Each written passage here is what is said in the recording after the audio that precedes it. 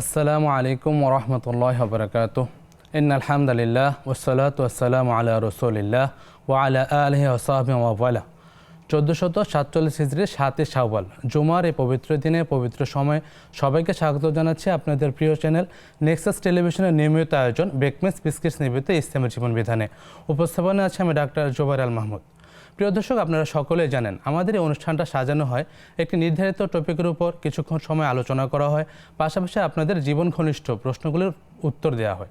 আপনাদের যে কোনো প্রশ্ন থাকলে আপনারা নিঃসংকোচে করতে পারেন স্ক্রিনে প্রদর্শিত নম্বরটিতে ফোন কলের মাধ্যমে, পাশাপাশি সংযুক্ত হতে পারেন আমাদের সোশ্যাল মিডিয়ায় নেক্সাস টেলিভিশন এবং নেক্সাস টেলিভিশন ইসলামিক এই দুইটি ফেসবুক পেজে অনুষ্ঠানটি সরাসরি সম্প্রচারিত হচ্ছে। পাশাপাশি আপনারা সাবস্ক্রাইব করুন আমাদের YouTube channel Nexus television Islamic. আপনারা আমাদের ফেসবুক লাইভের কমেন্ট বক্সে কমেন্ট করতে পারেন, তা থেকেও আমরা আপনাদের প্রশ্নের উত্তর দেব ইনশাআল্লাহ। প্রিয় দর্শক, আজকে আমরা যে গুরুত্বপূর্ণ বিষয়টি আলোচনা করব তা হলো শাওয়াল মাসের ফজিলত। শাওয়াল মাস হিজরি সনের 10ম মাস, রমাদানের পর বছরের সর্বশ্রেষ্ঠ মাস। রমাদানের পরের মাস হলো শাওয়াল। আল্লাহ সুবহানাহু ওয়া তাআলা সূরা তাওবার 36 নম্বর আয়াতে ইরশাদ করছেন, আউযু বিল্লাহি মিনাশ শাইতানির রাজিম, ইন্না ইদ্দাতাশ শুহুরি ইনদাল্লাহি 12 শাহরা ফি কিতাবিল্লাহি ইয়াওমা খালাকাস সামাওয়াতি ওয়াল আরদ। ইরশাদ হচ্ছে, আল্লাহ সুবহানাহু ওয়া তাআলার নিকট নির্ধারিত যে কিতাব আছে লাউহে মাহফুজে, যেদিন আল্লাহ সুবহানাহু ওয়া তাআলা আসমান এবং জমিন সৃষ্টি করেছেন সেই দিন থেকে এই হিসাব নির্ধারিত আছে যে মাসের সংখ্যা, বছরে মাসের সংখ্যা হলো 12টি, এর মধ্যে 4টি হলো হারাম মাস। আর শাওয়াল মাস আমাদের প্রচলিত বা আমরা সকলেই জানি হজের যে মাসসমূহ আছে, আল্লাহ সুবহানাহু ওয়া তাআলা সূরা বাকারাতে উল্লেখ করছেন আল হাজ্জু আশহুরুম মা'লুমাত, অর্থাৎ হজের মাসসমূহ হচ্ছে নির্দিষ্ট। আর হজের মাসগুলোর প্রথম মাস হলো শাওয়াল, আর বাকি দুটো মাস হলো শাওয়াল, এরপর বাকি দুটো মাস জিলহজ, জিলকদ এবং জিলহজ। শাওয়াল মাসের বেশ কিছু ফজিলত সম্পর্কে কোরআন এবং সুন্নাহয় বর্ণিত হয়েছে। বিশেষ করে যে বিষয়টি প্রথমে আসবে তা হলো শাওয়ালের নফল 6টি সিয়াম পালন করা। রাসূলুল্লাহ সাল্লাল্লাহু আলাইহি ওয়াসাল্লামের হাদিস এসেছে এই প্রসঙ্গে, সহিহ মুসলিম এসেছে আবু মুসা আশআরী রাদিয়াল্লাহু আনহু থেকে বর্ণিত। রাসূলুল্লাহ সাল্লাল্লাহু আলাইহি ওয়াসাল্লাম বলেন, মান সামা রমাদান সুম্মা আতবাহু সিত্তা মিন শাওয়াল কানা কাসিয়ামিদ দাহর। অর্থাৎ বলা হচ্ছে, কেউ যদি রমাদানের সিয়ামগুলি পরিপূর্ণরূপে পালন করে অতঃপর 6টি সিয়ামের অনুগামী করে, অর্থাৎ 6টি সিয়াম পালন করে, সেই জন্য পুরো বছরই সিয়াম পালন করলো, রোজা রাখলো। এই প্রসঙ্গে আল্লাহ সুবহানাহু ওয়া তাআলা কোরআনুল কারীমে ইরশাদ করেছেন, সূরা আনআমে 160 নম্বর আয়াতে এসেছে, মান জাআ বিল হাসানা ফালাহু আশরু আমসালিহা। অর্থাৎ কেউ যদি একটু পূর্ণ করে তার জন্য রয়েছে 10 গুণ পুরস্কার বা 10 গুণ নেকি। আর এর ভিত্তিতে মুহাদ্দিসিনে কেরাম হাদিসের ব্যাখ্যাটি এমনভাবে করে থাকেন যে রাসূলুল্লাহ সাল্লাল্লাহু আলাইহি ওয়াসাল্লাম যেমন হাদিস ইরশাদ করেছেন, একজন মুমিনের প্রত্যেকটা নেকি 10 গুণ থেকে 700 গুণ পর্যন্ত বৃদ্ধি পায়, এবং কি আল্লাহ সুবহানাহু ওয়া তাআলা যদি চান এর চেয়ে আরও বেশি বাড়িয়ে দিতে পারেন। সেই ক্ষেত্রে কেউ যদি রমাদানে 30টি সিয়াম বা 29টি সিয়াম পালন করে থাকে, তাহলে প্রত্যেকটা সিয়ামের জন্য 10 গুণ যোগ হবে। এক্ষেত্রে আপনার 30 দিনে যদি রমাদান পূর্ণ হয় 300 দিনের সিয়াম পূর্ণ হয়ে যাবে, বা 29 দিনের যদি হয় তাহলে 290 দিনের সিয়াম পূর্ণ হয়ে যাবে। পাশাপাশি আর যদি 6টা সিয়াম সে শাওয়ালে পালন করে থাকে, এক্ষেত্রে আরও 60টি সিয়াম যোগ হবে। এক্ষেত্রে 350 অথবা 360 দিন হয়। আর আমরা সকলেই জানি যে হিজরি মাস হয় 30 অথবা 29 দিনে, সেই ক্ষেত্রে অধিকাংশ ক্ষেত্রে হিজরি বছরের গণনাটা হয় 354 অথবা 55 দিন। আল্লাহ সুবহানাহু ওয়া তাআলা আমাদের সবাইকে শাওয়ালের সিয়ামগুলি পালন করার তৌফিক দান করুন। এবং কি অনেকের কাছে প্রশ্ন হয় যে সিয়ামগুলি রাখা হবে শাওয়াল মাসে, এই 6টি সিয়াম কি আমরা সরাসরি রাখতে পারবো, নাকি কারো যদি রমাদানে কাজা সিয়াম থেকে থাকে তা আগে পালন করবে? এ নিয়ে আলেমদের মধ্যে 2টি মত রয়েছে। আপনার যেটা সহজবোধ্য হয় সেটা করতে পারেন। আর কিছু সংখ্যক আলেম বলেছেন, যেহেতু রমাদানের সিয়ামগুলি ফরজ থাকে, এই ক্ষেত্রে রমাদানের সিয়ামগুলি আগে পালন করে নেবেন, পরবর্তীতে শাওয়ালের 6টি সিয়াম পালন করবেন। আরেক গ্রুপ ওলামা কেরাম বলেন যে যেহেতু শাওয়ালের সিয়ামগুলি শাওয়ালের জন্য নির্দিষ্ট, সেহেতু এই 6টি সিয়াম শাওয়ালে পালন করে নেবেন, এবং কি পরবর্তীতেও তিনি তার রমাদানের কাজা সিয়ামগুলি পালন করতে পারেন। যেমনটা আমরা আয়েশা রাদিয়াল্লাহু আনহার ক্ষেত্রে দেখতে পাই যে আয়েশা রাদিয়াল্লাহু আনহা তার হাদিসে এসেছে যে তিনি তার কাজা সিয়ামগুলি পালন করতেন শাবান মাসে, অর্থাৎ রমাদানের ঠিক ইমিডিয়েট মাসটাতে। তাহলে আমরা সকলে চেষ্টা করব যাতে শাওয়ালের এই অন্যতম এবং প্রধান যে কাজ 6টি সিয়াম বা নফল সিয়াম পালন করা, আমরা যাতে এই সিয়ামগুলি ভালোভাবে পালন করতে পারি। এবং কি এই সিয়ামের ক্ষেত্রে শিথিলতা আছে, কেউ যদি চান ধারাবাহিকভাবে 6টি সিয়াম পালন করতে পারেন, আবার যদি কেউ চান যে একটু গ্যাপ দিয়ে করবেন তাও পারবেন। এবং কেউ যদি আরেকটু সুযোগ নিতে চান বা কেউ যদি আমরা জানি যে সাপ্তাহিক যে নফল সিয়ামগুলি আছে সোমবার এবং বৃহস্পতিবার এই সময়ের সাথে মিলিয়েও সিয়ামগুলি পালন করতে পারেন এবং আইয়ামে বীজের যে সিয়ামগুলি আছে 13, 14, 15 এই সময় আপনারা সিয়াম রেখে আপনারা শাওয়ালের 6টি সিয়াম পালন করতে পারেন। পাশাপাশি আমাদের অন্য যে ইবাদতগুলি আছে শাওয়ালে একজন মুসলিম হিসাবে তার পুরো সময়টাই আসলে ইবাদতে কাটবে। আল্লাহ সুবহানাহু ওয়া তাআলা সূরা হিজরের 99 নম্বর আয়াতে উল্লেখ করেছেন ওয়াবুদ রাব্বাকা হাত্তা ইয়াতিয়াকাল ইয়াকিন, অর্থাৎ তোমার মৃত্যু আসা অবধি তোমরা আল্লাহর ইবাদত করো, রবের ইবাদত করো। সেহেতু আমরা আমাদের রেগুলার যে ইবাদতগুলি ছিল সেই ইবাদতগুলি আমরা বেশি বেশি করে করবো এবং জারি রাখবো ইনশাআল্লাহ। আমরা রমাদানের যে শিক্ষাটা পেয়েছি, আমরা সারা দিন জুড়ে সিয়াম পালন বা সিয়ামরত অবস্থায় ছিলাম, 5 ওয়াক্ত সালাত জামাতে গিয়ে প্রথম কাতারে পালন করার চেষ্টা করেছি, পাশাপাশি আমরা রাতের সালাত আদায় করেছি, কিয়ামুল লাইল করেছি। এই অভ্যাসগুলো আমরা জারি রাখি বেশি বেশি করে। আমরা রমাদানে বেশি বেশি করে কোরআন তেলাওয়াত করতাম।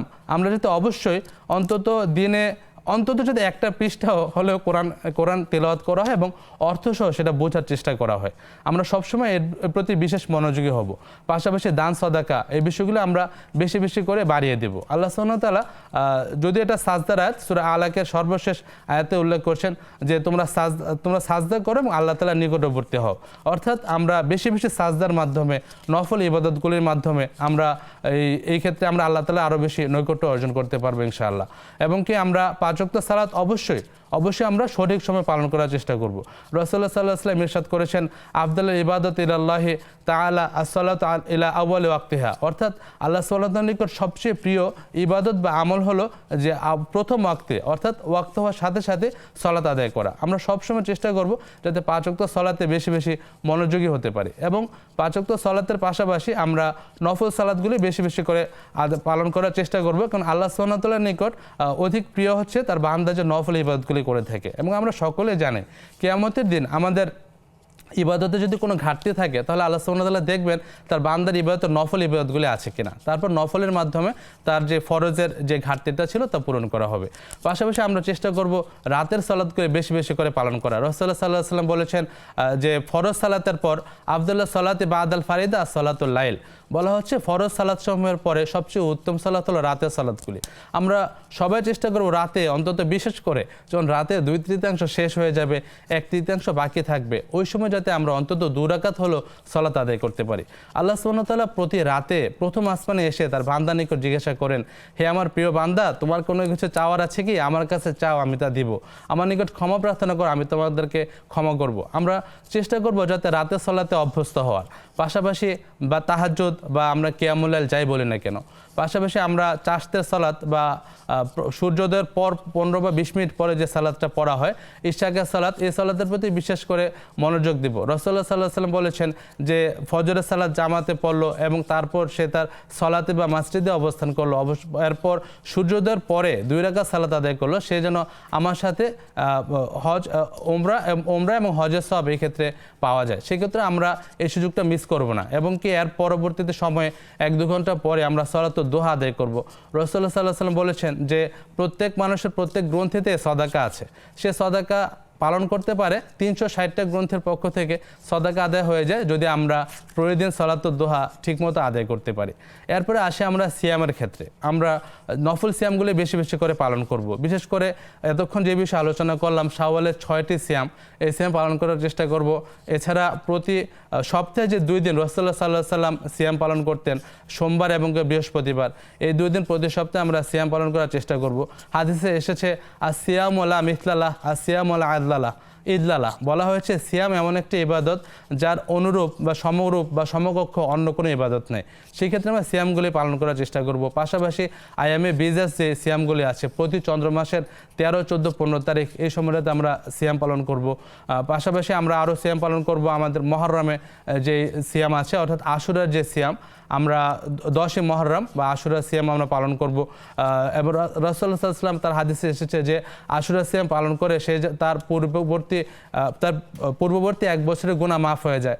এবং কি আমরা আরাফার সিয়াম পালন করার চেষ্টা করব, বিশেষ করে 9 জিলহজ যে সিয়াম আছে আমাদের, রাসূলুল্লাহ সাল্লাল্লাহু আলাইহি ওয়াসাল্লাম বলেছেন যে আরাফার সিয়াম পালন করে তার পূর্ববর্তী এবং পরবর্তী 1 বছরের গুনাহ মাফের কারণ হয়। এবং কি আমরা আরাফার যে প্রথম, অর্থাৎ জুলহিজ্জার যে প্রথম দশক আছে 1 থেকে 9 তারিখ তারিখ পর্যন্ত এই সময়টাতে সিয়াম পালন করার চেষ্টা করবো ইনশাআল্লাহ। আল্লাহ সুবহানাহু ওয়া তাআলা আমাদেরকে আমলগুলি বেশি বেশি করে তৌফিক দান করুন। পাশাপাশি আমরা কোরআন তেলাওয়াত করব। আমরা জানি যে রাসূলুল্লাহ সাল্লাল্লাহু আলাইহি ওয়াসাল্লাম বলেছেন, মান করা হারফাম মিন কিতাবিল্লাহি ফালাহু বিহাসানা ওয়াল হাসানাতু বিআশরি আমসালিহা। অর্থাৎ বলা হচ্ছে যে কোরআন কারীম থেকে একটি হরফ পাঠ করে তার জন্য রয়েছে নেকি, আর তার নেকিকে 10 গুণ বাড়িয়ে দেওয়া হয়। এরপর রাসূলুল্লাহ সাল্লাল্লাহু আলাইহি ওয়াসাল্লাম বলছেন, লা আকুল, আমি বলছি না আলিফ লাম মিম হারফুন, অর্থাৎ আলিফ লাম মিম মিলে একটা হরফ, বরঞ্চ আলিফুন হারফুন ওয়া লামুন হারফুন ওয়া মিমুন হারফুন, অর্থাৎ আলিফ একটা হরফ, লাম একটা হরফ, মিম একটা হরফ। অর্থাৎ কেউ যদি আলিফ লাম মিম পড়ে তাহলে সে 30টা নেকি পাবে। আর আমরা কোরআন তিলাওয়াত করব, কোরআনকে তিলাওয়াতে তো একটা সওয়াব পাবোই, পাশাপাশি আমরা কোরআনকে তাদাব্বুর করার আমরা চেষ্টা করব, কোরআনকে বোঝার চেষ্টা করব। কেননা কোরআন হলো আমাদের জীবন পথে চলার সংবিধান বা আমাদের জীবন চলার পাথেও।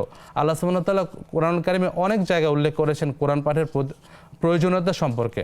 আল্লাহ সুবহানাহু ওয়া তাআলা, আমরা আলোচনায় পর যাচ্ছে, আমাদের সাথে দর্শক আছেন, সংযুক্ত করছি। আসসালামু আলাইকুম রাহমাতুল্লাহ। আসসালামু আলাইকুম। ওয়ালাইকুম আসসালাম ওয়া রাহমাতুল্লাহি ওয়া বারাকাতুহু। জি বোন, প্রশ্নটি করুন। জি, আমি এই যে নামাজ সম্পর্কে একটু কথা বলতে চাইছিলাম। জি, আমাদের নামাজ কখনো কখনো হচ্ছে আদায় হয় না, যে জোহরের নামাজ যেমন পড়া হয় না, সেই নামাজটা আমরা কিভাবে আদায় করব? আওয়াবিনের সালাত, আওয়াবিনের নামাজ, তাই তো? আমরা জানবো ইনশাআল্লাহ একটা বিরতির পর। প্রিয় দর্শক, উপভোগ আরেকটা করছেন। আছে প্রশ্ন। জি প্লিজ বলুন। জি, আমাদের এই যে মেয়েদের মাথা চুল আঁচড়ানো চুলগুলো কি করা যাবে?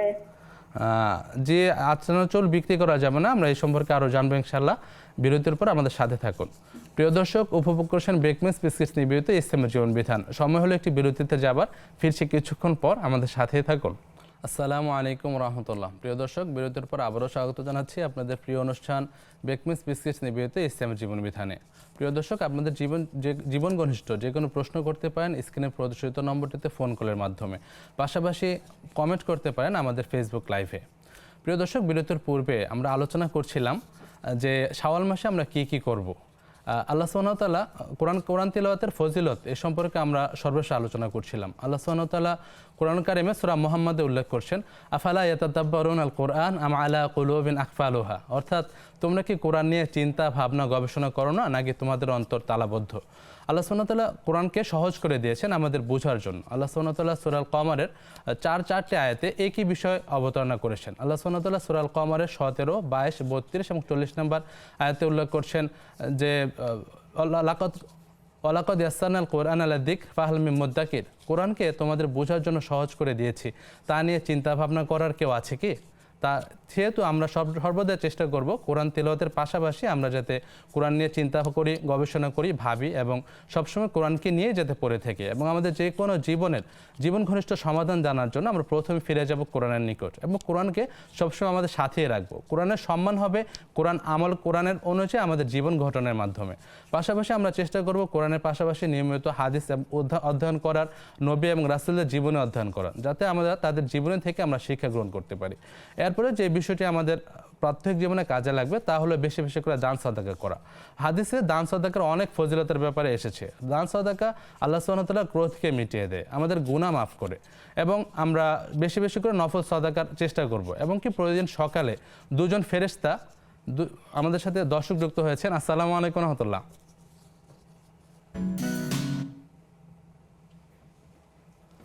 আসসালামু আলাইকুম রাহমাতুল্লাহ। হ্যাঁ হ্যাঁ, আমি একটা প্রশ্ন, মানে মৃত মানুষকে গোসল করালে যে একটা হাদিয়া দেয়, জি, সেটা কি নেওয়া যায়? আবার অনেকে দেখা যায় দিলে অন্যজনকে দিয়ে দেয়, এটা কি ঠিক? এটা সম্বন্ধে জি বোন, অন্য কোনো প্রশ্ন আছে বোন? না না, অন্য কোনো প্রশ্ন নাই। আমাদের সাথে থাকুন, আমরা জানবো ইনশাআল্লাহ। আলহামদুলিল্লাহ, আমাদের মধ্যে ইতিমধ্যে উপস্থিত হয়েছেন আমাদের প্রিয় শাইখ মুস্তাফিজুর রহমান হাফিজাহুল্লাহ। আমরা কিছুক্ষণের মধ্যে শাইখের কাছে যাবো ইনশাআল্লাহ। যে আমরা আলোচনা করছিলাম, সর্বশেষে যে হাদিসটি বলতে চাই, রাসূলুল্লাহ সাল্লাল্লাহু আলাইহি ওয়াসাল্লাম বলেছেন, আল্লাহ সুবহানাহু ওয়া তাআলা আহাব্বুল আমাল ইলাল্লাহি তাআলা আদওয়ামা ওয়া ইনকাল, আল্লাহ সুবহানাহু ওয়া তাআলার নিকট সবচেয়ে প্রিয় আমল হলো ওইটি যেটা অল্প পরিমাণ হলে নিয়মিত করা হয়। আল্লাহ সুবহানাহু ওয়া তাআলা আমাদেরকে এই যে সকল বিষয়ে আলোচনা হলো এই আমলগুলি বেশি বেশি করার তৌফিক দান করুন, আমিন। আসসালামু আলাইকুম রাহমাতুল্লাহ। ওয়ালাইকুম আসসালাম ওয়া রাহমাতুল্লাহি ওয়া বারাকাতুহু। শেখ নেক্সাস পরিবারের পক্ষ থেকে স্বাগত জানাচ্ছি। অনেক ব্যস্ততার মধ্যে অনেক জ্যাম ঠেলে আবার আমাদের সময় দিয়েছেন, বারাকাল্লাহু ফিক। ওয়া ইয়াকুম ওয়া ইয়াকুম। আমিন। শেখ, আমরা প্রথমে আজকের বিষয় সম্পর্কে সংক্ষিপ্ত আলোচনা করব, শাওয়াল মাসের ফজিলত সম্পর্কে। আলহামদুলিল্লাহ ওসসালাতু ওয়াসসালামু আলা রাসূলিল্লাহ ওয়া আলা আলিহি ওয়া আসহাবিহি ওয়া মান ওয়ালা। রমাদান মাসের পরেই আসলে শাওয়াল মাস, এবং এই ঋতুর চক্রের যে পরিবর্তন, এটা মূলত আল্লাহ রাব্বুল আলামিন বলছেন যে লিতা'লামু আদাদাস সিনিনা ওয়াল হিসাব, যেন আসলে হিসাব আমরা রাখতে পারি, বছরের হিসাবগুলো যেন আমরা করতে পারি, দিনক্ষণ যেন আমরা ঠিক করতে পারি, সেজন্যই মূলত আল্লাহ তাআলা এই দিন এবং রাতের আবর্তন করেছেন। তো এই 12 মাসের ভিতরে পবিত্র মাহে রমাদানের পরে অত্যন্ত তাৎপর্যপূর্ণ একটি মাস হচ্ছে শাওয়াল মাস, যেটা রমাদানের সাথে লাগানো। এখানে যতগুলো আমল আছে তার মধ্যে বিশুদ্ধতম আমল হচ্ছে আল্লাহ রাসূল সাল্লাল্লাহু আলাইহি ওয়াসাল্লামের এই বক্তব্য, যার তর্জমা হলো এই: যদি কোনো ব্যক্তি মান সামা রমাদান সুম্মা আতবাহু সিত্তাম মিন শাওয়াল, বলা হয়েছে যে কোনো ব্যক্তি যদি রমাদান মাসে রোজা রাখে এবং তারপরে শাওয়ালে যে 6টি রোজা সেটি যদি সে ধারাবাহিকভাবে রাখে বা রমাদানের পরে সে যদি রাখে, তাহলে সে যেন সারা বছর রোজা রাখে। আল্লাহ। তাহলে বোঝা যাচ্ছে যে রাসূলুল্লাহ সাল্লাল্লাহু আলাইহি ওয়াসাল্লামের পক্ষ থেকে সবচেয়ে বিশুদ্ধতম হিদায়াত হচ্ছে রমাদানের পরের মাসে, সেটি হলো শাওয়াল মাসে 6টি রোজা রাখা, যেটি মূলত রমাদানের পরে 6টি রোজা সারা বছর রোজার ফজিলত আমাদেরকে এনে দিবে। দ্বিতীয় যে বিষয়, সে বিষয় হচ্ছে যে রমাদান আমাদেরকে যে প্রশিক্ষণগুলো দিল, এই প্রশিক্ষণের ধারাবাহিকতা হয়তো ইতোমধ্যেই বিষয় আলোচনা হয়েছে। তার মধ্যে 2-4টি বিষয় যদি আমরা একটু বলি, সেটা হচ্ছে রমাদানের মধ্যে আমরা যেমন রোজা রেখেছিলাম, সারা বছর আমরা নফল রোজা একে ধারাবাহিকতা আমরা রক্ষা করবার চেষ্টা করতে হবে। এক, সেটি প্রতি মাসের আইএমএ বীজের 13, 14, 15 তারিখ আরবি মাসের রোজা, সোম বৃহস্পতিবারের রোজা। দ্বিতীয় হচ্ছে সুন্নতে রাতেবা, আমরা রমজান মাসে রাতে দাঁড়িয়ে আমরা নামাজ পড়েছি, সালাত আদায় করেছি, এবং যেগুলো আমাদের পিছনের গুনাহগুলো মাফ করে দিয়েছে, সেজন্য এই সুন্নতে রাতেবাগুলো অন্তত পক্ষে রাতে এবং দিনে যে 12 রাকাত নামাজ, ফজরের 2 রাকাত, জোহরের 4 রাকাত এবং 2 রাকাত, এভাবে 12 রাকাত যে সুন্নাহ আছে, এই সুন্নাহগুলো যদি আমরা আদায় করি, তাহলে হাদিসে বলা হয়েছে তার জন্য জান্নাতে একটি ঘর নির্মাণ করা হবে। সুবহানাল্লাহ। তাহলে এটি একটা বিষয়। তৃতীয় হচ্ছে তেলাওয়াতে কোরআনের যে ধারাবাহিকতা, এটাও যেন আমাদের রাখতে পারি। কোরআন রমাদানে কোরআন নাজিল হয়েছে, শাওয়াল মাসে সেটা ধারাবাহিকতা আমাদের বুঝতে হবে যে আমরা রমজানের প্রশিক্ষণটা নিলাম, প্রশিক্ষণটা যদি শাওয়ালেই কাজে না লাগে, তাহলে আমরা কি প্রশিক্ষণ নিতে পারলাম? জি, অর্থাৎ এই কোরআনের ধারাবাহিকতা রক্ষা করবার চেষ্টা করা। সর্বশেষ হচ্ছে এই শাওয়ালেও যেন আমাদের দান সদাকা তথা ইনফাক ফিসাবিলিল্লাহ বা এই নাফাকা বা ইনফাক ফিসাবিলিল্লাহ, এই আল্লাহর পথে খরচ করা, এই ধারাবাহিকতাও যেন থাকে। সর্বোপরি কথা হলো আমাদের তাওবা, আল্লাহর সাথে সম্পর্ক বৃদ্ধি করা। দেখুন, আল্লাহ রাব্বুল আলামিন এক সিজনের পরে আরেক সিজন তিনি দেন, এটার পিছনে কারণ কি? কারণ হচ্ছে দেখুন, বিভিন্ন কোম্পানিগুলো আমাদের দেশে ব্যবসা করে, এই ব্যবসার সময় কি মাঝে মাঝে কিন্তু অফার দেয়।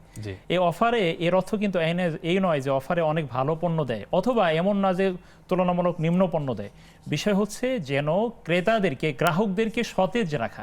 ঠিক তেমনি আল্লাহ রাব্বুল আলামিন একটি মৌসুমের পরে আরেকটি মৌসুম ইবাদতে দেন, যেন বান্দা আবার আগ্রহী হয়ে আবার যেন আল্লাহর দিকে মনোনিবেশ করতে পারে। সেজন্য আমরা আসি, আল্লাহ তাআলা যেন আমাদেরকে এই রমাদানের ধারাবাহিকতায় শাওয়াল মাসেও আমাদেরকে রমাদানের শিক্ষাকে কাজে লাগিয়ে সেই ধারাবাহিকতার আমলগুলো করবার তৌফিক দান করেন। বারাকাল্লাহ ফিক। খুব সুন্দর বলছিলেন। আমরা প্রশ্নোত্তরে যাব। বেশ কিছু প্রশ্ন জমেছে। আমাদের এক বোনের প্রশ্ন ছিল যে চুল আঁচড়ানোর পরে যে চুলগুলি থাকে, ওই চুলগুলি বিক্রি করা যাবে কিনা? আসলে দেখুন, এখানে চুল একে নিয়ে যথেষ্ট কারাহাতের ব্যাপার আছে। কারণ হচ্ছে এই চুলটি কোথায় যাবে? পরচুলা কিন্তু হাদিসে নিষেধ করা হয়েছে। তো কোনো ব্যক্তি যদি এই অসৎ উদ্দেশ্যে চুলগুলো ক্রয় করে পরবর্তীতে পরচুলা বানানোর জন্য এগুলো কাজে লাগে, তাহলে এটি কিন্তু কোনোভাবেই শরীয়ত কর্তৃক অনুমোদিত হবে না। এই জন্য এই সমস্ত কাজ থেকে বিরত থাকারই আমি পরামর্শ দেব। জাযাকাল্লাহ খাইর। পরের প্রশ্ন ছিল যে আওয়াবিনের সালাত কখন পড়তে হয়? আওয়াবিনের সালাত বলতে আমাদের দেশে যে প্রচলনটি আছে, আমাদের দেশে আওয়াবিন বলতে বোঝানো হয় মাগরিবের পরে। অনেকে বলেন যে 6 রাকাত 2 রাকাত করে 6 রাকাত সালাত। আসলে আওয়াবিনের সালাত তো সূর্য ওঠার পরে যে সালাতটা পড়া হয়, যেটাকে আমরা সালাতুদ দোহা বলি, এই সালাতুদ দোহাকেই কিন্তু মূলত বিশুদ্ধভাবে প্রমাণিত যেটা, সেটাই সালাতুল আওয়াবিন। সেজন্য আমরা সূর্য ওঠার পরে একটু উত্তাপ যখন হয় সূর্যের, তখনই যদি এই সালাতুল আওয়াবিন পড়া হয়, এটাই মূলত বিশুদ্ধ পন্থায় হবে বলে আমি মনে করি, এবং এটি হওয়া উচিত। জাযাকাল্লাহ খাইর। আমাদের সবারই উচিত বিশুদ্ধ আমলের দিকে ফিরে যাওয়া। শেখ, পরের প্রশ্ন ছিল যে মৃত মানুষকে গোসল দিলে বা দাফন কাফন করালে তাকে একটা হাদিয়া দেওয়া হয়, সেই হাদিয়াটা নেওয়া যাবে কিনা? বিষয় হচ্ছে যে এখানে যেমন ধরুন আমাদের দেশে কোনো একজন ব্যক্তিকে গোসল দেওয়ার পরে একে বাধ্যতামূলক করে নেওয়া যাবে না। এখন ধরুন কোনো একজন ব্যক্তি পরিশ্রম করেছে, তার বাড়িতে গেল, যাওয়ার পরে সেখানে উনি কষ্ট করেছে, আমার মা নাই, তো উনি আমার খালা, মাকে গোসল দিতেন, অথবা কাছাকাছি সম্পর্কের আমি মায়ের মতন সম্মান দেখে তাকে কিছু একটা দিলাম, অথবা আমার বাবার প্রতি সম্মান দেখে তাকে দিলাম, সেটি দেয়া যেতে পারে, সেটি কারাহাত না, কিন্তু এটাকে বাধ্যতামূলক করে নেওয়া ঠিক হবে না। প্রচলন করে নেওয়া প্রচলন করে রুসুমের পর্যায়ে নেওয়াটা ঠিক হবে না। জাযাকাল্লাহ খায়ের। শেখ, আমাদের অনেকে দেখা যায় যে রমাদানে আমরা নফল ইবাদত পালনের ক্ষেত্রে অনেক অগ্রগামী ছিলাম, কিন্তু শাওয়ালে এসে বা ওর বছরের অন্য সময়গুলোতে আমরা ফরজ অনেক গাফলতি করি। এর পিছনে মূল কারণটা মূলত কি? মূলত আমি যে বিষয়টি বিশ্লেষণে বেরিয়ে আসবে সেটি হচ্ছে জাহালাত, অজ্ঞতা। জি, দেখুন, শরীয়ত, গোটা শরীয়তের বিধানগুলো কিন্তু ইলম নির্ভর, জানা নির্ভর। এ কারণে রাসূলুল্লাহ সাল্লাল্লাহু আলাইহি ওয়াসাল্লামকে আল্লাহ তাআলা বলেন ফাআলাম আন্নাহু লা ইলাহা ইল্লাল্লাহ, তুমি জানো আল্লাহ ছাড়া কোনো ইলাহ নেই। এবং দেখুন, একই সাথে কিন্তু সূরা ইউসুফে যেমনটি বলা হয়েছে সেটা হলো কুল হাদিহি সাবিলি আদউ ইলাল্লাহি আলা বাসীরাতিন আনা ওয়া মান ইত্তাবানি। তাহলে বোঝা যাচ্ছে যে এখানে আল্লাহ রাসূল সাল্লাল্লাহু আলাইহি ওয়াসাল্লাম বললেন যে তুমি বলো, আল্লাহ তাআলা বলছেন তার রাসূলকে তুমি বলো এটি আমার পথ, এই পথে আমি মানুষকে ডাকি জেনে বুঝে, অন্তর্দৃষ্টি সহ। তাহলে বোঝা যাচ্ছে যে আসলে মানুষ এই যে রুসুমের প্রতি নির্ভরশীল হয়ে যাওয়া, রুসুম তথা রেওয়াজ যেটা আছে, যেমন দেখুন শবে বরাত তথা আমার লাইলাতুন নিসফে মিন শাবানকে যত গুরুত্ব দেয় অত গুরুত্ব কিন্তু দেখবেন রমাদানের শেষ দশকে এত গুরুত্ব নেই। মেরাজের সময় যতটা না গুরুত্ব দেয় ততটা কিন্তু মানে রজব মাসের সেই দিকে অতটা গুরুত্ব কিন্তু আবার দিচ্ছে না লাইলাতুন নিসফে মিন শাবানে। এখন ব্যাপার হলো আমাদের দেশে এগুলো হওয়ার পেছনে প্রথম কারণ হচ্ছে অজ্ঞতা, কোনটির গুরুত্ব কি সেটা সে জানে না, এক। দ্বিতীয় বিষয় হচ্ছে তাকওয়ার অভাব। আল্লাহ রাব্বুল আলামিনকে যদি সঠিকভাবে কোনো ব্যক্তি ভয় করে, তিনি তো সাময়িক কোনো রব না আমাদের। আল্লাহ তাআলা কি শুধু রমজান মাসের জন্য আমাদের রব? আমরা কি ইসলাম মুসলিম শুধু রমজান মাসের জন্য না? সার্বক্ষণিক আমরা যে সার্বক্ষণিক আল্লাহ তাআলার গোলাম, এটি কিন্তু আমাদের সীমাবদ্ধতা, জানার সীমাবদ্ধতা, তাকওয়ার ক্ষেত্রেও সীমাবদ্ধতা। তৃতীয় বিষয় হচ্ছে রাসূলুল্লাহ সাল্লাল্লাহু আলাইহি ওয়াসাল্লামের সুন্নাহকে সঠিকভাবে না জানা এবং তার সুন্নাহকে মেনে নিতে না পারা। এখন দেখুন, রাসূলুল্লাহ সাল্লাল্লাহু আলাইহি ওয়াসাল্লাম হচ্ছেন আমাদের আমল যদি বিশুদ্ধ হতে হয়, কবুল হতে হয়, তাহলে সেটি লাগবে রাসূল সাল্লাল্লাহু আলাইহি ওয়াসাল্লামের অনুসরণ। এখন উনি কিভাবে আমল করেছেন এই বিষয়টা আমরা জানি না, উনি কোনটাকে গুরুত্ব বেশি দিয়েছেন, কোনটাকে কম দিয়েছেন, এই কি না জেনে যদি আমরা আমল করি তাহলে লাভের চেয়ে ক্ষতি হওয়ার সম্ভাবনা বেশি থাকবে, তথা আমরা নেকি লাভ করবার চেয়ে কখনো কখনো বিপদগামী হওয়ার সম্ভাবনা রয়েছে। সেজন্য আমি মনে করি যে এই জাহালাত, অজ্ঞতা দূর করতে হবে, রাসূলুল্লাহ সাল্লাল্লাহু আলাইহি ওয়াসাল্লাম সম্পর্কে জানতে হবে, তিনি কিভাবে আমল করেছেন সেটি জানবার চেষ্টা করতে হবে, তার আলোকে আমল করতে হবে। সাহাবা আজমাইন কিভাবে আমল করেছেন রাসূলকে দেখে, সেগুলো যদি আমরা জানবার চেষ্টা করি তাহলে ইনশাআল্লাহ এই গ্যাপগুলো আর হবে না ইনশাআল্লাহ। আল্লাহ সুবহানাহু সঠিক জানার এবং মানার তৌফিক দান করুন। দর্শক অপেক্ষমান আছেন, ফোন নিচ্ছি। আসসালামু আলাইকুম ওয়া রাহমাতুল্লাহ। জি, অনুগ্রহপূর্বক টেলিভিশনের ভলিউমটি কমিয়ে একটু দূরে অবস্থান নিয়ে প্রশ্নটি করুন। জি, লা হাওলা ওয়ালা কুওয়াতা ইল্লা বিল্লাহিল আলিয়্যিল আযীম। আচ্ছা, অন্য কোনো প্রশ্ন আছে ভাই? না এটাই। যে আমাদের সাথে অপেক্ষা করুন, আমরা বিরতির উপর উত্তরটি জানবো ইনশাআল্লাহ। প্রিয় দর্শক, উপভোগ করছেন সরাসরি সম্প্রচারিত অনুষ্ঠান বেকমেস বিসকিস নিবেদিত ইসলামের জীবন বিধান। সময় হলো আরেকটি বিরতিতে যাবার, ফিরছি কিছুক্ষণ পর, থাকুন ইসলামের জীবন বিধানের সাথে। আসসালামু আলাইকুম রহমতুল্লাহ। প্রিয় দর্শক, বিরতির পর আবারও স্বাগত জানাচ্ছি আপনাদের প্রিয় অনুষ্ঠান বেকমেস বিসকিস নিবেদিত ইসলামের জীবন বিধানে। আমাদের সাথে আছেন ফজিলত শাইখ মাওলানা মুস্তাফিজুর রহমান হাফিজাহুল্লাহ। শাইখ, আমরা প্রশ্ন তুলে যাচ্ছি। পরের প্রশ্ন ছিল, আমাদের এক ভাই জানতে চেয়েছেন যে লা হাওলা ওয়ালা কুওয়াতা ইল্লা বিল্লাহিল আলিয়্যিল আযীম বা ইল্লা বিল্লাহিল আযীম, এটা সঠিক পাঠটা কিভাবে করতে হয়? এটি সঠিক পাঠ হচ্ছে লা হাওলা ওয়ালা কুওয়াতা ইল্লা বিল্লাহিল আলিয়্যিল আযীম। আলিয়্যিল, উনি হয়তো আলিয়ুল না আলিয়্যিল পড়বেন, এটা নিয়ে উনি হয়তো দ্বিধায় ছিলেন। আলিয়্যিল আযীম বললেই সঠিক হবে ইনশাআল্লাহ। জাযাকাল্লাহ। শাইখ, পরের প্রশ্ন যে সময়ের বরকত কিভাবে পাওয়া যায় বা সময়ের সদ্ব্যবহার কিভাবে করা যেতে পারে? দেখুন, সময়, আমাদের এই সময়ে যে গুণগুলো মানুষের থেকে তুলে নেওয়া হচ্ছে শেষ সময় এসে, অর্থাৎ কিয়ামতের আগে, তার মধ্যে অন্যতম হচ্ছে আমানতদারিতার গুণ তুলে নেওয়া হচ্ছে মানুষের কাছ থেকে। যিনি যে দায়িত্বে আছেন আসলে সেই দায়িত্বে থেকে যথার্থভাবে তার দায়িত্ব পালন করতে পারছেন না বা করছেন না। এই আমানতদারিতার এই জায়গায় একটু ঘাটতি হচ্ছে, দিন দিন আমরা সেটি দেখতে পাচ্ছি, অনেক ভালো ভালো মানুষের মধ্যেও এমনকি দেখা যাচ্ছে। দ্বিতীয় হচ্ছে যে সময়ের বরকত নষ্ট হয়ে যাচ্ছে। দ্বিতীয় যেটি, এই সময়ের বরকতগুলো নষ্ট হওয়ার পিছনে অনেকগুলো কারণের মধ্যে অন্যতম কারণ হচ্ছে আধুনিক সময়ের যে প্রযুক্তির যে অপব্যবহার, সে অপব্যবহারগুলো কিন্তু আমাদের সময়কে বেশি খেয়ে দিচ্ছে। সেটি আমি আমার বাস্তব অভিজ্ঞতা থেকে যদি বলি, আলহামদুলিল্লাহ এবছর রমাদানের শেষ দশকে ইতিকাফে ছিলাম, তো এখন থাকবার কারণে আলহামদুলিল্লাহ আমি এই অনলাইনের সাথে খুব বেশি সম্পর্ক শেষের দশকে ছিল না, বা ছিল না বললেই চলে। এতে করে আমি বুঝতে পেরেছি যে এই শেষ দশকে 10 দিন আমাকে যে পরিমাণ সময়ের বারাকা হয়েছে, আলহামদুলিল্লাহ। এটি আলহামদুলিল্লাহ, এটা আল্লাহ রাব্বুল আলামিনের বড় অনুগ্রহ। সেজন্য সময়ের বারাকা যদি পেতে হয় তাহলে এই কখনো কখনো প্রযুক্তি থেকে একটু দূরেও থাকা অবস্থান দরকার। নিতে অর্থাৎ এটিকে আমি বলছি না এটি সম্পূর্ণ বাদ দিতে হবে, বরং এটির সঠিক ব্যবহার নিশ্চিত করা দরকার। তাহলে সময়ের বারাকা হওয়ার ক্ষেত্রে এটি একটি কার্যকরী ভূমিকা রাখতে পারে। দ্বিতীয় যে বিষয় সেটা হলো একজন ব্যক্তির সুষ্ঠু পরিকল্পনা থাকা দরকার। আমি সময়কে কাজে লাগাতে চাই, জি এটি আসলে সকলের দৃষ্টিভঙ্গি, চিন্তাভাবনা বা কথাবার্তা বা তার কাজের প্যাটার্ন কিন্তু এক হয় না। প্রত্যেকেই সেক্ষেত্রে নিজ নিজ স্থান থেকে নিজের জন্য আলাদা একটি পরিকল্পনা গ্রহণ করতে হয়। একজন ব্যক্তি যদি নিজের পরিকল্পনাই না থাকে যে আমি সময় কীভাবে কাজে লাগাবো, তাহলে তার পক্ষে সময়ের বারাকা পাওয়া সম্ভব না। সেজন্য নিজে একটু কিভাবে সময়কে কাজে লাগাতে হবে সেজন্য তার একটি সুষ্ঠু পরিকল্পনা থাকা দরকার। জি তৃতীয় যে বিষয়, সে বিষয় হচ্ছে যে এক্ষেত্রে কতগুলো চিন্তা গবেষণার একটা ব্যাপার আছে। যেমন ধরুন আমার সাথে আমি আল্লাহ রাব্বুল আলামিনের সাথে আমার কতগুলো হকের ব্যাপার জড়িত আছে, হকুল্লাহ, যেগুলো বান্দা হিসেবে আমি প্রতিদিন আল্লাহর কাছে পেশ করতে হবে। এগুলো যদি চিন্তা গবেষণা আমি করি যে আমি আল্লাহ তাআলার জন্য কতটুকু সময় ব্যয় করতে পেরেছি, জি কতটুকু সময় আমি আমার রবের জন্য কাটাতে পারলাম। সেখানে এই বিষয়ে আরো শুনবো, দর্শকের প্রশ্ন নিচ্ছি। আসসালামু আলাইকুম রহমতুল্লাহ। আসসালামু আলাইকুম। জি ওয়ালাইকুম আসসালাম ওয়া রাহমাতুল্লাহি ওয়া বারাকাতুহু। জি বোন বলুন। হ্যাঁ, আমি জানতে চাচ্ছি যে এই যে মানে সোয়াল মাসের আপনার এই যে হচ্ছে সিয়াম 6 রোজা, মাসে এই 6টা রোজার জি ফজিলত একটু জানতে চাইছিলাম। আর জি। হচ্ছে যে রোজাটি মানে দুটো দুটো করে পড়া যাবে কিনা সেটা জানতে চাচ্ছি। জীবন আমরা অনুষ্ঠানের শুরুতে এই বিষয়ে আলোচনা করেছি, আমরা ওই অনুষ্ঠানের প্রথম থেকে আবার পরবর্তীতে শুনে নেবেন, আমরা তাও শাইখের কাছ থেকে জানবো ইনশাআল্লাহ। আচ্ছা, আসসালামু অসংখ্য আলাইকুম। ধন্যবাদ আপনাকে। আরেকজন দর্শক যুক্ত হয়েছেন। আসসালামু আলাইকুম রহমতুল্লাহ। হ্যালো, আসসালামু আলাইকুম প্রিয় দর্শক, শুনতে পাচ্ছি আপনাকে। ওয়ালাইকুম আসসালাম রহমতুল্লাহ। আমি জাকির হোসেন বলছিলাম। জি আমি একটু ফিদিয়া সম্পর্কে জানতে চাচ্ছিলাম, ফিদিয়া আদায়ের পদ্ধতিটা কি, আচ্ছা। আর ফিদিয়ার টাকাটা কোথায় কোথায় দেওয়া যাবে? ঠিক আছে, আমরা জানবো ইনশাআল্লাহ, আমাদের সাথেই থাকুন। আরেকজন দর্শক যুক্ত হয়েছেন। আসসালামু আলাইকুম রহমতুল্লাহ।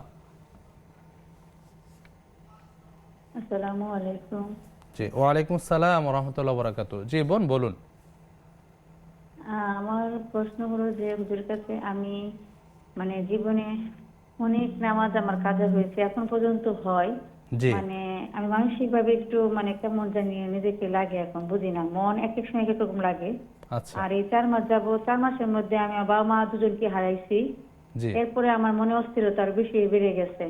আচ্ছা তো আমি চাই নামাজ সুন্দর পড়ার জন্য, কিন্তু আমার যে এত জীবনে যে এত নামাজ কাজা হয়েছে, জি আমি যখন নামাজ পড়তে যাই তখন আমার মনে হয় যে আমি যে আগে নামাজগুলো পড়ি নাই, জি আমার কি এই নামাজগুলো হবে কিনা, আল্লাহ কি আমাকে মাফ করবে কিনা, জি মানে ওই নামাজের জন্য আমি কি করতে পারি আর কি আমার আল্লাহর জীবন কাছে। ইনশাআল্লাহ আর- অবশ্যই আর- আপনার জি। আল্লাহ তাআলা আপনার আরেকটা নামাজ প্রশ্ন কবুল ছিল। করবেন ইনশাআল্লাহ। জি জীবন বলুন। আরেকটা প্রশ্ন ছিল, আমার বাবা মা যে মারা গেছেন, জি উনারা কি পর্যায়ে আছেন, এটা আমি উনাদের জন্য কি আমল করলে স্বপ্নে দেখতে পাবো আর কি, এটা যদি আমাকে উনারা বলতো আর কি, জি কি করলে আর কি। যে আপনার বাবা ওনাদেরকে মাকে স্বপ্ন দেখে তো আলাদা কোনো ফায়দা নেই, কিভাবে ওনার জন্য আপনার কি কি করণীয় আছে আমরা এই সম্পর্কে শাইখের কাছ থেকে জানবো ইনশাআল্লাহ। অসংখ্য ধন্যবাদ। আরেকজন দর্শক যুক্ত হয়েছেন। আসসালামু আলাইকুম রহমতুল্লাহ।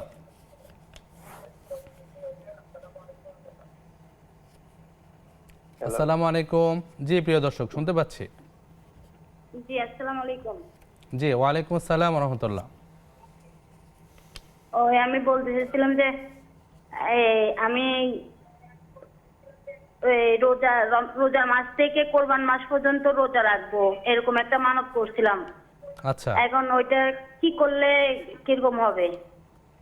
মানে মানতের কাজা কিভাবে করবেন তাই তো, মানতের কাফারা। হ্যাঁ আচ্ছা আমরা জানবো ইনশাআল্লাহ, আমাদের সাথেই থাকুন। অসংখ্য ধন্যবাদ আপনাদের। যে শাইখ আলোচনা করছিলাম যে সময়ের বরকত এই সম্পর্কে। তো আলহামদুলিল্লাহ, আমরা বলতেছিলাম যে সময় নিজে হকুল্লাহর কতগুলো ব্যাপার আছে, একই সাথে হকুল ইবাদের কতগুলো ব্যাপার আছে। জি আসলে প্রতিদিন একজন ব্যক্তি কিছু সামাজিক কাজও তাকে করতে হয়, মানুষের পাশে থাকতে হয়, তথা মানুষের প্রতি আমাদের কিছু দায়িত্ববোধ আছে, পরিবার পরিজনের কিছু সময় দিতে হয়।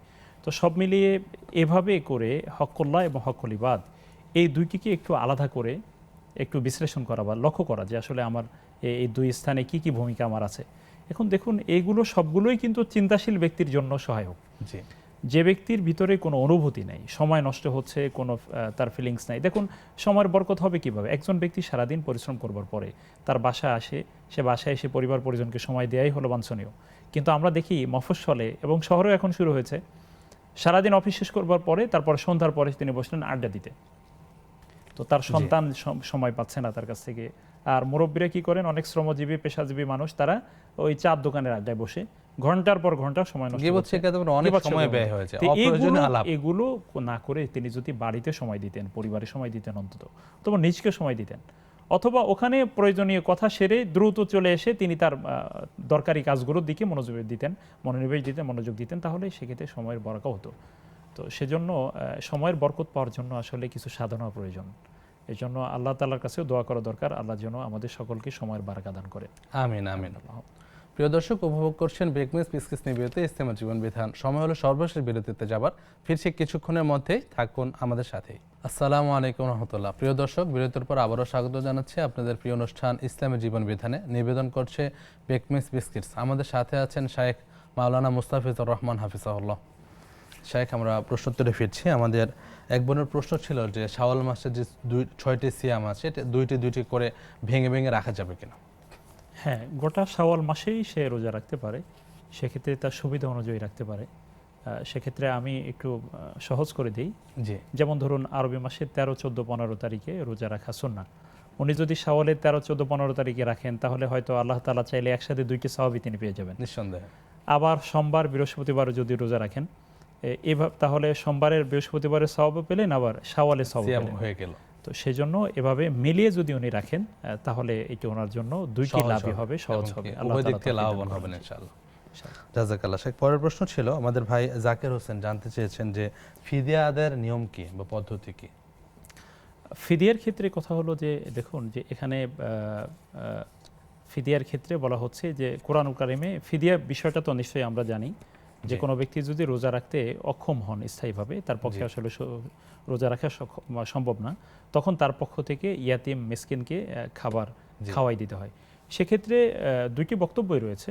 যেমন ধরুন যদি গম দিয়ে তিনি গমের পণ্য হিসাব করে করেন, তাহলে অর্ধসা পরিমাণ, তথা আমরা আমাদের দেশে যে ফিতরার সর্বনিম্ন যে একটা পরিমাণ ধরা হয়, এই পরিমাণ খাবার, এই পরিমাণ অর্থ অথবা এই পরিমাণ টাকা দিয়ে খাদ্য সামগ্রী তিনি অসহায় গরিব মিসকিনকে খাওয়াই দিবেন। প্রতি রোজার বিপরীতে এভাবে তিনি করবেন, একজন ইয়াতিমকে 2 বেলা খাবারের ব্যবস্থা করে দিবেন ইনশাআল্লাহ। আমাদের পরের বোনের প্রশ্ন ছিল যে জীবনে অনেক সালাত কাজা হয়ে গিয়েছে, এক্ষেত্রে অনেক সময় সালাত আদার সময় একটা অস্থিরতা কাজ করে, যে আগের সালাতগুলি পড়া হয়নি, এই জন্য আল্লাহকে আমাকে মাফ করবেন কিনা। আর অনেক ক্ষেত্রে নামাজে মনোযোগ ধরে রাখতে পারেন না। তো এই ক্ষেত্রে সামগ্রিকভাবে যদি উত্তরটা দিতেন। আলহামদুলিল্লাহ, আল্লাহ রাব্বুল আলামিনের বক্তব্য হচ্ছে লা তাকানাতু মির রাহমাতিল্লাহ ইন্নাল্লাহা ইয়াগফিরুদ যুনুবা জামিআ। আল্লাহ বললেন যে তোমরা আল্লাহ তাআলার রহমত থেকে নিরাশ হইও না, এবং অন্য স্থানে আল্লাহ তাআলা বলেছেন ওমাই ইয়াকনাতু মির রাহমাতি রাব্বিহি ইল্লা দাল্লুন, যে আসলে তার রবের রহমত থেকে একমাত্র পথভ্রষ্ট ব্যক্তি ছাড়া কেউ নিরাশ হয় না। আমি এই বোনকে পরামর্শ দেব, নিরাশ হওয়া যাবে না, আল্লাহর কাছে আশা রাখতে হবে, এবং রাসূল সাল্লাল্লাহু আলাইহি ওয়াসাল্লাম বলেছেন তোমরা আশা রেখে মৃত্যুবরণ করো। আল্লাহর প্রতি ভালো ধারণা রেখে, সুধারণা রেখে মৃত্যুবরণ করতে হবে। তো সেজন্য আত্তাইবু মিনাল জামবি কামান লা জামবা লাহু, কোনো ব্যক্তি যখন তাওবা করে যে না আসলে পিছনে যা গুনাহ হয়েছে, নামাজ ছেড়ে দিয়েছি, এখন থেকে আমি নিয়মিত নামাজ পড়ব, এই সিদ্ধান্ত যেদিন থেকে নিলেন, আল্লাহ তাআলা আশা করছি আল্লাহ তাআলা পিছনের গুনাহগুলো মাফ করে দিয়েছেন। এটাই তাওবা ইনশাআল্লাহ। তো সেজন্য উনি কোনো হতাশা না রেখে বরং এখন থেকে তিনি তার সালাতগুলো এখন থেকে পরিপূর্ণভাবে তিনি তার সালাতটা আদায় করবেন। আর এখন তার অনুশোচনা হওয়া কিন্তু তার ঈমানের লক্ষণ, ভালো দিক, এই জন্য একটু ভালো দিক, এবং তার ভিতরে যে আল্লাহ তাআলা বোধোদয় দিয়েছেন, এটা আল্লাহর একটি রহমত, এই রহমতকে তার কাজে লাগাতে হবে। এক্ষেত্রে একটু ভুল ধারণা নিরসন হওয়া দরকার। সেটা হলো অনেকে বলে থাকেন যে পেছনে সব নামাজকে আবার আদায় করতে হবে, এটি মোটেই জরুরি না। কোনো ব্যক্তি যদি চান আদায় করতে পারেন, কিন্তু এটাকে বাধ্যতামূলক করে নিয়ে পেছনে সব নামাজ স্টেপ বাই স্টেপ ধারাবাহিকভাবে আদায় করতে হবে, এটা অবাস্তবও বটে অনেকের পক্ষে, সম্ভব না। সেই জন্য আমি এখন থেকে সামনের দিনগুলোতে সুন্দর করতে হবে, এই সিদ্ধান্ত যদি তিনি নেন এবং এটার উপরে টিকে থাকতে পারেন, হারাম থেকে বেঁচে থাকতে পারেন, হালালের উপরে টিকে থাকতে পারেন, ইনশাআল্লাহ শরীয়তের সীমার মধ্যে থাকলে আল্লাহ তাআলা তার পেছনের গুনাহগুলো ইনশাআল্লাহ মাফ করে দিবেন। ইনশাআল্লাহ ইনশাআল্লাহ। আল্লাহ সুবহানাহু ওয়া তাআলা ছাড়া আর কে আছে আমাদের গুনাহ মাফ করার? ওমা ইয়াগফিরুদ যুনুবা ইল্লাল্লাহ। জাযাকাল্লাহ খাইর। শেখ, পরের প্রশ্ন ছিল আমাদের এক বোনের কাছ থেকে যে বাবা মাকে মারা গেছেন, তাদের স্বপ্নে দেখার জন্য কোনো আমল আছে কিনা, বা তাদের জন্য কি কি করণীয় আছে? দেখুন, এখানে পিতামাতাকে স্বপ্ন দেখা মোটেই গুরুত্বপূর্ণ কোনো বিষয় নয়। জি বরং গুরুত্বপূর্ণ বিষয় হলো তারা যেন আখিরাতে ভালো থাকতে পারেন সেই জন্য কাজ করা। জি আমি মনে করি যে শরীয়তের যে দৃষ্টিকোণ সেটা হলো উনি যদি নিয়মিত আল্লাহ তাআলার দেয়ার যে বিধান সেগুলো উনি পালন করতে পারেন, পিতামাতার যদি কোনো ওসিয়ত থাকে ভালো ইতিবাচক, সেগুলো যদি শরীয়ত সম্মত পন্থায় এগুলো পূরণ করেন এবং তারা ভালো থাকলে যে কাজগুলো করতেন সেই কাজগুলো যদি উনি চেষ্টা করেন করার জন্য, কিছু জনহিতকর কাজ বা মানুষের কল্যাণমূলক কাজ বা বিধানের ক্ষেত্রে যেগুলো শরীয়ত সম্মত আছে, এগুলো যদি তিনি করতে পারেন, তাহলে আল্লাহ তাআলা চাইলে কাল কিয়ামতে দুনিয়াতে স্বপ্নে দেখতে পারেন না পারেন, পরকালে আল্লাহ তাআলা কিন্তু তাদের একসাথে করে দিতে পারেন। আল্লাযীনা আমানু ওয়াত্তাবাআতহুম যুররিয়াতুহুম বিঈমানিন আলহাকনা বিহিম যুররিয়াতাহুম ওয়া মা আলাতনাহুম মিন আমালিহিম মিন শাই। আল্লাহ বলেন, যারা ঈমান এনেছে এবং সৎ কাজ করেছে এবং তার পরবর্তী উত্তরাধিকারী যারা, তারাও যদি সৎ কাজ করে, তাহলে আমি তাদের সকলকেই একসাথেই করে দিব কিয়ামতে। সুবহানাল্লাহ। বোঝা যাচ্ছে যে আল্লাহ তাআলা চাইলে তাদের এই পিতামাতাকে দুনিয়ার স্বপ্ন দেখা মোটেই জরুরি না, বরং যে স্মৃতি ছোট থেকে তাদের হৃদয়ে ধারণ করা আছে, এই যে স্বপ্ন দেখার মোটেই প্রয়োজন নেই, সেটা এমনিই ভিতরে আছে। সুতরাং তার আশা এটাই থাকা দরকার যে কাল কিয়ামতের জন্য এই পিতামাতার সাথে একসাথে থাকতে পারি, বা একসাথে যেন সাক্ষাৎ হয়, সবাই একসাথে যেন জান্নাতবাসী হতে পারি, সেই প্রত্যাশা করেই বুদ্ধিমানের কাজ। আল্লাহ সুবহানাহু ওয়া তাআলা আমাদের তৌফিক দান করুন। আমিন। পরের প্রশ্ন ছিল যে একজন বোন আমাদের মানত করেছেন যে এক রমাদান থেকে কুরবানের সময় পর্যন্ত পুরো টানা সিয়াম পালন করবেন, তো এই ক্ষেত্রে উনি এটা পারছেন না, এই ক্ষেত্রে করণীয় কি? রাসূলুল্লাহ সাল্লাল্লাহু আলাইহি ওয়াসাল্লাম তিনি তার একটি আমল রয়েছে এমন যে তিনি বলেছেন এভাবে কথাটি, যে আমি যখন কোনো একটা বিষয়ে মানত করি বা শপথ করি, কিন্তু তার বিপরীতে যদি ভালো কোনো কাজ দেখি, তাহলে আমি শপথ ভঙ্গ করি এবং সেই ভালো কাজটি করে শপথের কাফারা দিয়ে দিই। জি, এমন একটা আমল কিন্তু তার বক্তব্য থেকে রয়েছে এবং এমন আমলও রয়েছে তার। সেজন্য আমি এই বোনকে বলবো যে আপনি যেহেতু এই মানতকে পূরণ করতে পারছেন না, যদি সম্ভব হয় আলহামদুলিল্লাহ, যদি সম্ভব না হয় তাহলে শপথের কাফারা যেভাবে আদায় করতে হয়, তথা টানা 3 দিন 3টা রোজা রাখা, অথবা 10 জন মিসকিনকে খাবারের ব্যবস্থা করে দেয়া, এই দুইটি কাজে যে কোনো একটি করে তিনি শপথ তথা এই মানতকে পূরণ করবেন এবং আল্লাহর কাছে দোয়া করবেন যেন সামনে সঠিক পথে তিনি টিকে থাকতে পারেন। আমিন। সে আজকে পর্বের সর্বশেষ প্রশ্ন, ভাই শাফাত হোসেন প্রথমে আমাদের ব্যাপারে বলেছেন সময় পরিবর্তন হচ্ছে কেন বারবার অনুষ্ঠানের, যেটা সামগ্রিক চিন্তাভাবনা রমাদান বা অন্যান্য বিষয়ের কারণে আমাদের অনুষ্ঠানের সময়টা পরিবর্তন হয়। এরপরে যে প্রশ্নটা ছিল যে অনেক বৎসর যাবৎ যদি যাকাত এবং ফিতরা আদায় না করা হয়, এক্ষেত্রে কি আল্লাহ সুবহানাহু ওয়া তাআলা তাকে ক্ষমা করবেন বা এর করণীয় কি? দেখুন, এখানে এটি তো অর্থনৈতিক ব্যাপার। জি, অর্থনৈতিক ব্যাপার, উনি যথাসম্ভব পেছনের গুলো আদায়ের চেষ্টা করবেন। জি, একজন ব্যক্তি একেবারে যতটুকু তার সম্ভব, লা ইউকাল্লিফুল্লাহু নাফসান ইল্লা উসআহা, আল্লাহ তাআলা কোনো ব্যক্তির উপরে সেই জিনিস চাপিয়ে দেন না যেটি তার সাধ্যের বাহিরে। সুতরাং এখন উনি যদি গত 20 বছর 30 বছর জাকাত আদায় না করেন এবং 20-30 বছর ধরেই তার উপরে জাকাত ফরজ হয়েছিল, এখন শুরু থেকে জাকাত আদায় করবার ব্যাপারটি মোটেই সহজ নয়, অনেক সময় কঠিন হয়ে যেতে পারে। যদি আল্লাহ তাআলা তাকে তৌফিক দান দিবেন, যথাসম্ভব তিনি পেছনের গুলো যতটুকু পারেন ততটুকু হিসাব করে দিবেন, এখন থেকে সামনের দিনগুলোতে তিনি পূর্ণভাবে আদায় করার চেষ্টা করবেন, এটি হলো মূল বিষয়। আর পেছনের গুলো ক্রমান্বয়ে যতটুকু তিনি পারেন ততটুকু তিনি দেওয়ার চেষ্টা করবেন এবং আল্লাহর কাছে তিনি মাপ চাইবেন ইনশাআল্লাহ। জাযাকাল্লাহ খাইরান। শেখ, পুরো অনুষ্ঠান জুড়ে আপনার কাছে অনেকগুলো বিষয় জানতে পারলাম, গুরুত্বপূর্ণ আলোচনা শুনলাম। আল্লাহ সুবহানাহু ওয়া তাআলা আপনার ইলমে আমলে হায়াতে বারাকা দান করুন। আল্লাহুম্মা আমিন। আল্লাহ আপনাদের সম্মানকে বৃদ্ধি করে দিন, হায়াতে ইলমে আমলে সুস্বাস্থ্যে বারাকা দান করুন। আমিন আমিন। প্রিয় দর্শক, একেবারে শেষ পর্যায়ে চলে আসলাম। আগামী অনুষ্ঠান দেখার আমন্ত্রণ জানিয়ে পাশাপাশি শাওয়ালে যে 6টা সিয়াম সম্পর্কে আমরা আলোচনা করলাম, এই 6টা সিয়াম পালনে আমাদের সবাইকে যথাতৎপর হওয়ার তৌফিক দান করুন আল্লাহ সুবহানাহু ওয়া তাআলা। আপনাদের সবাইকে সুস্থ রাখুন, নিরাপদ রাখুন, এই কামনা শেষ করছি। আল্লাহুম্মা সাল্লি ওয়া সাল্লিম আলা নাবিয়িনা মুহাম্মদ। সুবহানাকা আল্লাহুম্মা বিহামদিক, আশহাদু আল্লা ইলাহা ইল্লা আনতা, আস্তাগফিরুকা ওয়া আতুবু ইলাইক। ওয়াসসালামু আলাইকুম ওয়া রাহমাতুল্লাহি ওয়া বারাকাতুহু।